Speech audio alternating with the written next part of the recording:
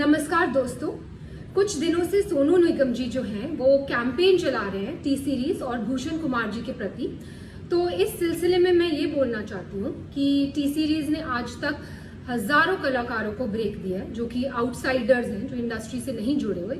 उसमें music directors हैं, singers हैं, लिरिसिस्ट हैं, एक्टर्स हैं, डायरेक्टर्स हैं। मैंने खुद अपनी डायरेक्टेड फिल्म यारियां में 10 न्यू कमर्स को चांस दिया।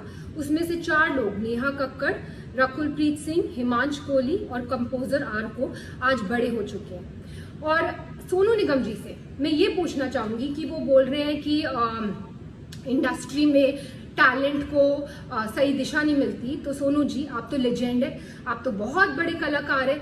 आपने आज तक कितने लोगों को चांस दिया है?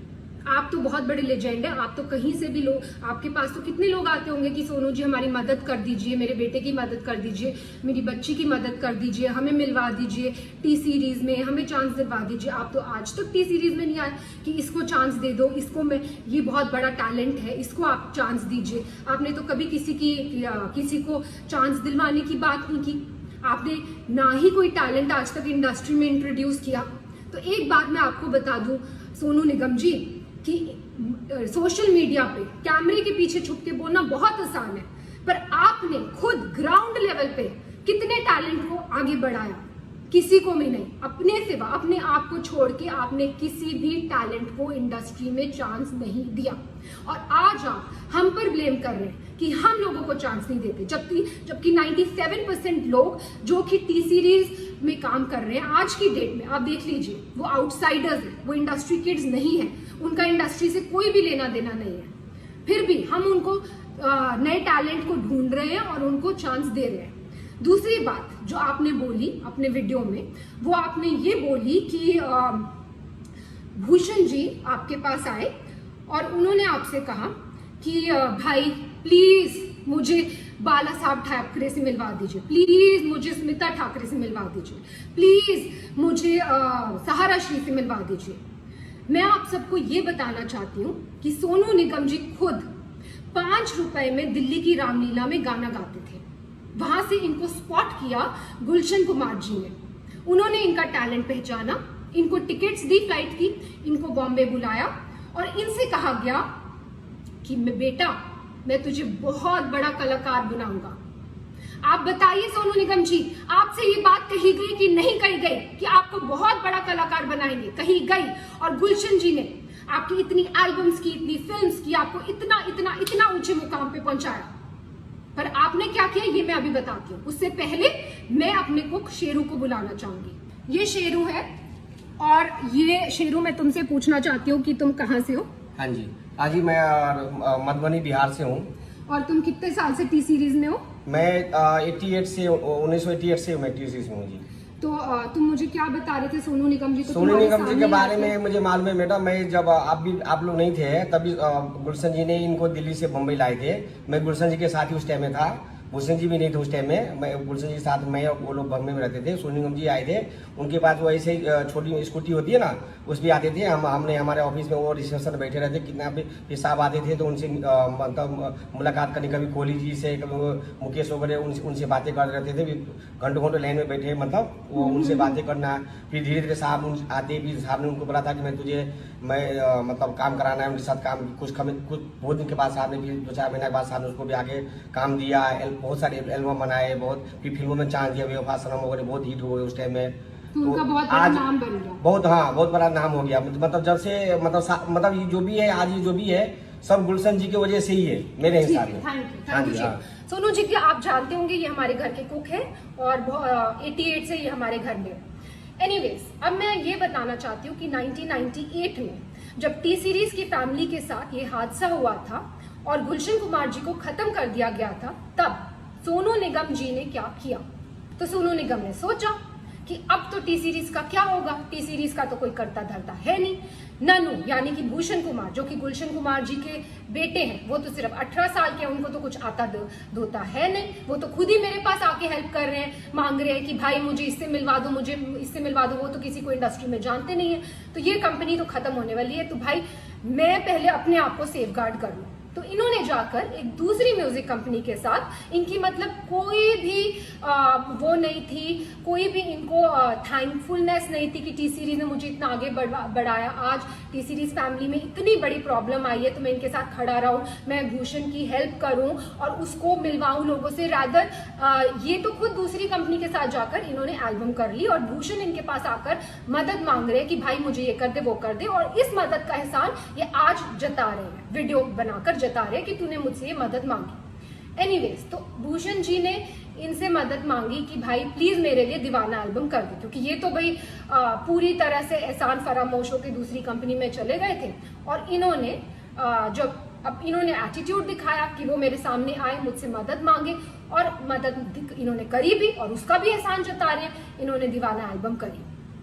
ठीक है, फिर उसके बाद इन्होंने जो वीडियो में दूसरी बात कही वो ये कही है कि भूषण जी ने इनसे मदद मांगी कि भाई मुझे अब्बू सलीम से बचा ले।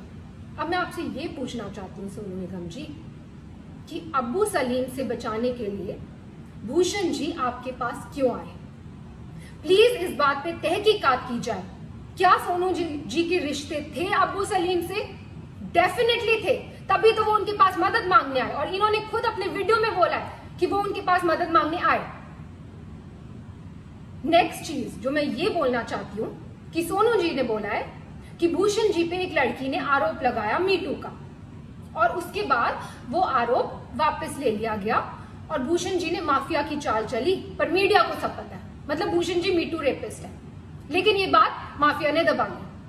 अब मैं आपको ये बताना चाहती हूँ सोनू जी कि मीटू एक बहुत ही अच्छी मूवमेंट थी जो स्टार्ट की गई इसलिए ताकि सोसाइटी में जो ऐसे लोग हैं, जो बुरे लोग हैं, उनका सफाया हो सके।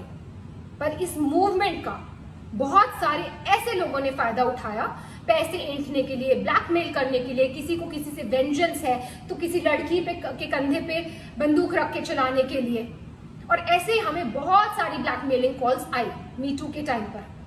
उस टाइम पर हमने सिर्फ पुलिस की सपोर्ट ली, पुलिस की हेल्प ली, और पुलिस ने तहकीकात की और पुलिस ने ये क्लियर कर दिया कि ये तो सीधा सीधा ब्लैकमेलिंग का केस है। और पुलिस ने हमने पूछा कि क्या आपको कुछ करना है, कुछ मानहानि का दावा करना है या कुछ करना है। हमने डिसाइड किया कि नहीं, हम मीडिया तक में भी ये बात आउट नहीं करेंगे कि क्या हुआ है हमारे साथ। क्यों?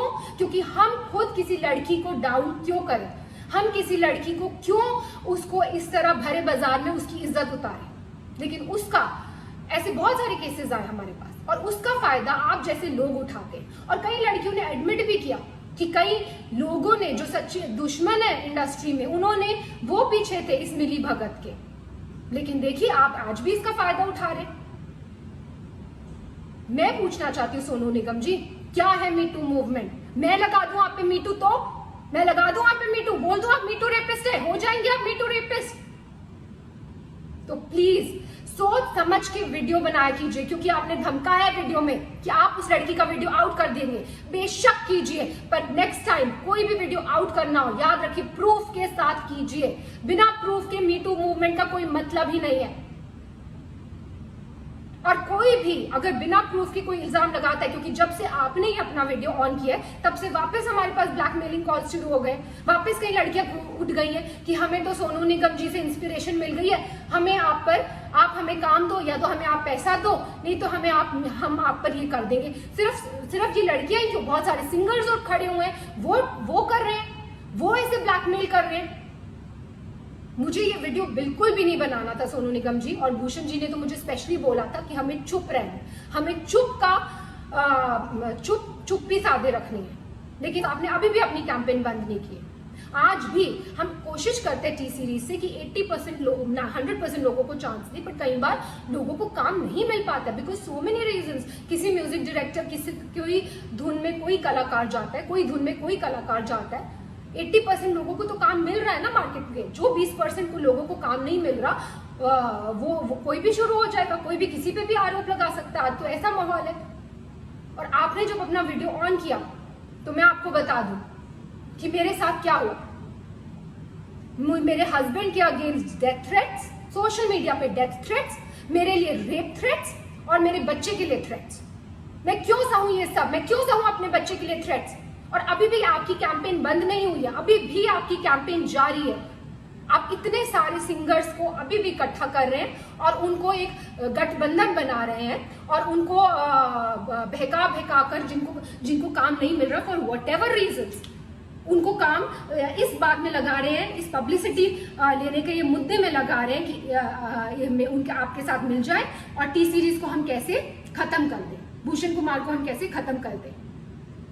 एक बात मैं आपसे कहना चाहूंगी सोनू निगम जी, आप किस टाइप के हैं ये तो आपकी बीवी ने क्लियर कर दिया था। उन्होंने खुद आप पे, आपको याद है, आपकी बीवी ने खुद आप पे इल्जाम लगाए हैं। प्लीज याद कीजिए उन इल्जामों को, आपने पब्लिकली जो आपकी बीवी ने आप पे इल्जाम लगाए थे और फिर आप दूसरों पे इल्जाम लगाइए। और मैं बिल्कुल, जैसे कि मैंने कहा, मैं बिल्कुल इस हक में नहीं थी कि मैं ये वीडियो बनाऊं, लेकिन इतनी मैं कश्मकश में हूं, क्या करूं, बनाऊं ना बनाऊं, ये सच्चाई लाऊं कि नहीं लाऊं। फिर मुझे फाइनली गीता से मुझे मेरा आंसर मिला। गीता में जब अर्जुन भगवान कृष्ण से पूछते हैं कि मुझे ये युद्ध नहीं लड़ना है, ये युद्ध लड़के किसका फायदा होगा, तो भगवान कृष्ण अर्जुन को समझाते हैं कि एक योद्धा के लिए धर्म से बढ़कर युद्ध लड़ने के अलावा और कोई बड़ी चीज नहीं है। अगर तुम युद्ध नहीं लड़ोगे तो तुम अपना यश गवाओगे, तुम्हारा अपयश होगा, संसार में लोग तुम्हारे अपयश की चर्चा करेंगे और तुम्हारे दुश्मन हर तरह की कटु वचन बोलकर तुम्हारा वर्णन करेंगे। और वही हो रहा है, सब लोग कटु वचन बोल रहे हैं, सारी दुनिया। जैसे कि मैंने बोला, मुझे रेप थ्रेट्स आ रहे। तो मैं ये कहना चाहूंगी कि जितने भी आप सिंगर्स को, म्यूजिक डायरेक्टर्स को, जिनके पास आज कोई काम नहीं है, उनको आप भड़का रहे हैं, उनको भड़काना बंद कीजिए, क्योंकि अदरवाइज रणभूमि ओपन है। किसी को भी पब्लिसिटी के लिए इस रणभूमि में आना है, युद्ध ऑन है।